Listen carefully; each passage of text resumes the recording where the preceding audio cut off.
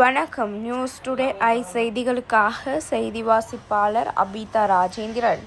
சென்னையில் சிபிசிஎல் நிறுவனத்துடன் இணைந்து பொதுமக்கள் பயன்பாட்டிற்காக மொபைல் ஆம்புலன்ஸ் முதல் முறையாக துவக்கம். சென்னை எண்ணூர் தாளம்குப்பம் பகுதியில் வடசென்னை நாடாளுமன்ற உறுப்பினர் டாக்டர் கலாநிதி வீரசுவாமி முயற்சியால் சென்னை பெட்ரோலியம் கார்ப்பரேஷன் நிறுவனத்துடன் இணைந்து பொதுமக்கள் நலன் கருதி மொபைல் ஆம்புலன்ஸ் என்று முதல் முறையாக வடசென்னையில் ரிப்பன் வெட்டி துவங்கப்பட்டது.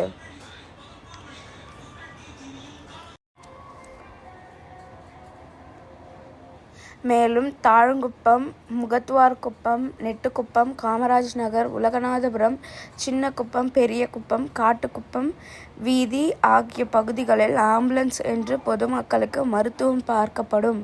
இதில் மருத்துவர் கோபி பிரசாத் என்பவர் மருத்துவம் பார்ப்பார்.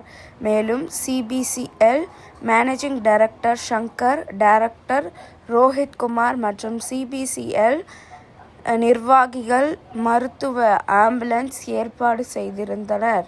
இந்நிகழ்வில் திருவெற்றியூர் மருத்துவ மண்டல அலுவலர் லீனா மற்றும் மாநகராட்சி அதிகாரிகள், பொதுமக்கள் ஏராளமானோர் கலந்து கொண்டனர்.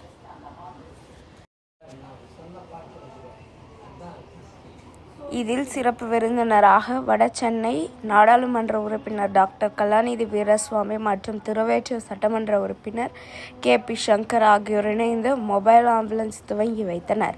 இதில் இரத்த கொழுப்பு, சர்க்கரை, காய்ச்சல் மற்றும் பொது மருத்துவம் பார்க்கப்படும். மேலும் சிகிச்சைக்காக மருத்துவமனைக்கு பரிந்துரைக்கப்படும்.